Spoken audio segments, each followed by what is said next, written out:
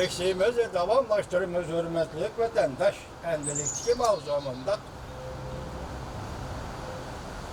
Bugünkü sağış 2019 yıl 5. ayının 14. günü haftige seyşembe mavzumunda Amerika Koşmuş Ştatlar Devlet Meclisi'nin 32 nefer azası birleşme xat yazıp Prezident Trump hükümetinin Tibet kanununu əmliləşdirişige haydakçılık kıldı. Mavzulu haber 5. ayının 14. günü Amerika Ovazlığı'nın title programı ilan kılındı. Haber bundan başlar. Demokratlar Parti isteyen Devlet Meclisi'nin azası James McCarthy, Cumhuriyetçiler Parti isteyen Nopozluk Erbab Christopher Smith'le 5. ayının 13. günü 32 nefer iki partiye azalarından Devlet Meclisi'nin azaları birlikte imza koyup Devlet İşler Katibi Mike Pompeo'ya xat yollab Prezident Trump hükümetinin Devlet Meclisi maqullagan Amerika'nın Tibet siyasetiga yetakchilik qiladigan xalqlik qonunni ijro qilishiga amaliylashtirishiga haydakchilik qildi.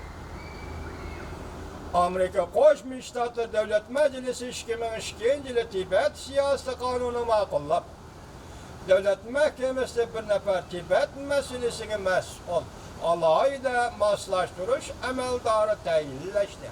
Bu orqali Tibet siyasetini moslashtirishni ilgari surishdi. Hamda Amerika Qo'shma Shtatlar prezidentining Cumhur Halk Cumhuriyeti hükümetinin Dalai Lama'nın vekilleri bilen bevosita suhbat o'tkazishiga haydakchilik qilishini talab qilgan.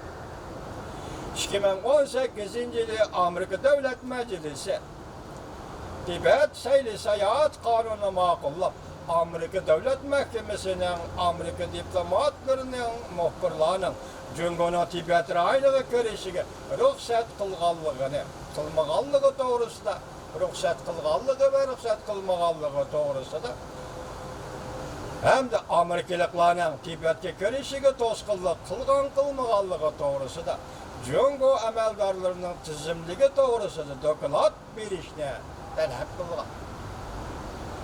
Jungo amaldorlarining tizimligi to'g'risida doklad berishni talab qilgan kechirlar. Devlet Meclisi a'zolari bu qatam yozgan xatida mushu ishga turli qonunni Amerika hükümetinin amaliylashtirishiga ve icra qilishiga haydakchilik qildi.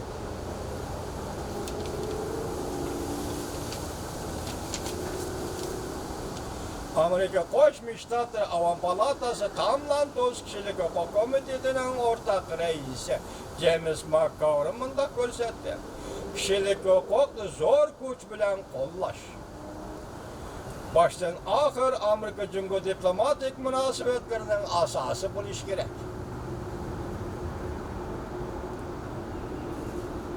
Amerika Qo'shma Shtatlar Davlat Majlisi kuchlik va o'zliksiz ulg'ayib kelayotgan ishki partiya ko'pchilik a'zolarining hammasi Tibet vaziyatidan cho'nqur ansirmoqda. Biz Prezident Trump ve Devlet İşler Katibi Mike Pompeo'ların tirishchanlik ko'rishdi. Tibet siyosati qonuni ve Tibet sayli seyahat qonuni ijro qilishiga ilhom berildi.